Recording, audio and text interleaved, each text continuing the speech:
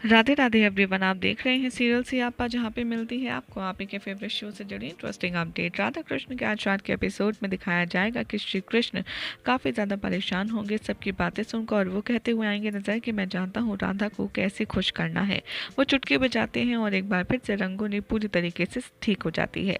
यहाँ पर राधा रानी एकांत में बैठ रो रही होंगी, तभी वहाँ पर कृष्ण आएंगे और उनसे रोने की वजह पूछेंगे। यहाँ पर कृष्ण कहेंगे कि मैं नहीं जानती, लेकिन मुझे इतना पता है कि हम दोनों के प्रेम को कभी भी कोई नहीं समझ पाएगा। यहाँ पर माता पार्वती राधा की वजह से काफ़ी ज़्यादा दुखी होती हैं और काफ़ी ज़्यादा परेशान होती हैं।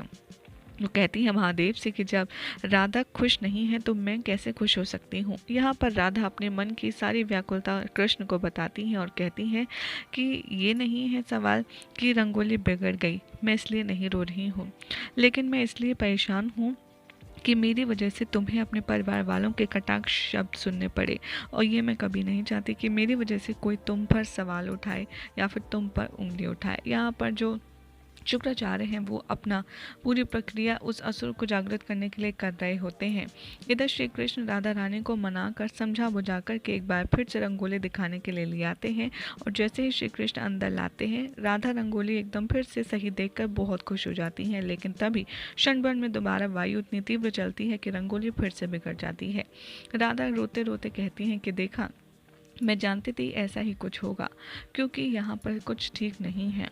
ये दुनिया, ये तो सब परिवार वाले तुम्हारे और मेरे प्रेम को कभी कोई नहीं समझेंगे, और हमेशा तुम्हें मेरी वजह से यही सब कुछ सहना होगा। और राधा रोते रोते वहाँ से चली जाती हैं। जैसे ही श्री कृष्ण रंगोली को छूते हैं, उन्हें लगता है कि ज़रूर कुछ ना कुछ तो गड़बड़ है। उन्हें ये सब कुछ पता चल जाता है कि किया धरा शुक्राचार्य का है। और इधर राधा रोते रोते एकांत में आ जाती हैं और वो महसूस करती हैं कि शायद देवी पार्वती भी बहुत ज़्यादा उदास है। यहाँ पर श्री कृष्ण एक बार फिर से उनके पीछे आते हैं और राधा को मनाने का प्रयास करते हैं। यहाँ पर राधा बातों ही बातों में कहती हैं कि मुझे ऐसा प्रतीत होता है कि देवी पार्वती खुश नहीं है। तभी यहाँ पर कहते हैं श्री कृष्ण कि हाँ, मुझे भी ऐसा ही प्रतीत होता है।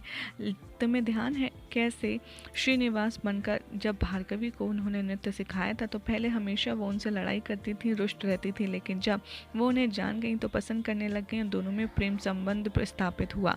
हमें भी कुछ ऐसा ही करना पड़ेगा। क्या पता महादेव अपनी पार्वती जी को मनाने के लिए कुछ ऐसा करने में समर्थ हो। इधर दिखाया जाएगा कि जो महादेव हैं वो आए हुए होंगे और बलराम दाऊस उनसे रिक्वेस्ट पूछ रहे होंगे कि आप मुझे कोई उपाय बताइए कि मैं रेवती जी को कैसे मना सकता हूँ, वो मुझसे रुष्ट हैं, कोई उपाय तो बताइए। यहाँ पर महादेव कहते हैं कि मैं तो स्वयं तुम लोगों से यही पूछने आया हूँ कि पार्वती मुझसे रुष्ट हो गई हैं, आखिर उनको मैं कैसे मना सकता हूँ। ये सुनकर के सांब और बलराम दाऊद दोनों कंफ्यूज हो जाते हैं और सब सोचते हैं कि अब मदद किससे मांगी जाए। तभी वहाँ पर श्री कृष्ण आते हैं और श्री कृष्ण से यही सवाल पूछा जाता है। तभी श्री कृष्ण सबको सुझाव देते हैं कि किसी को कुछ बताने से पहले आप सबको मेरे साथ भोजन करना होगा। यहाँ पर स्वादिष्ट भोजन का आनंद लेते हैं सब। उसके पश्चात श्री कृष्ण कहते हैं कि जो जो आपसे रुष्ट हो रहा है, स्पेशली आपकी धर्मपत्नियाँ, आपको उनमें से किसी को भी मनाने की आवश्यकता नहीं है, बस उनको एकांत में छोड़ दीजिए। यहाँ पर दिखाया जाएगा कि देवी पार्वती के साथ में राधा बातचीत कर रही होती हैं। तभी वो पूछती हैं कि आपका उदास होने का कारण क्या है, क्या महादेव से आपका झगड़ा हुआ है। तभी देवी पार्वती बताती हैं कि नहीं, मैं महादेव की वजह से उदास या रुष्ट नहीं हूँ, बल्कि मैं तुम्हारी वजह से हूँ, क्योंकि तुम खुश नहीं हो।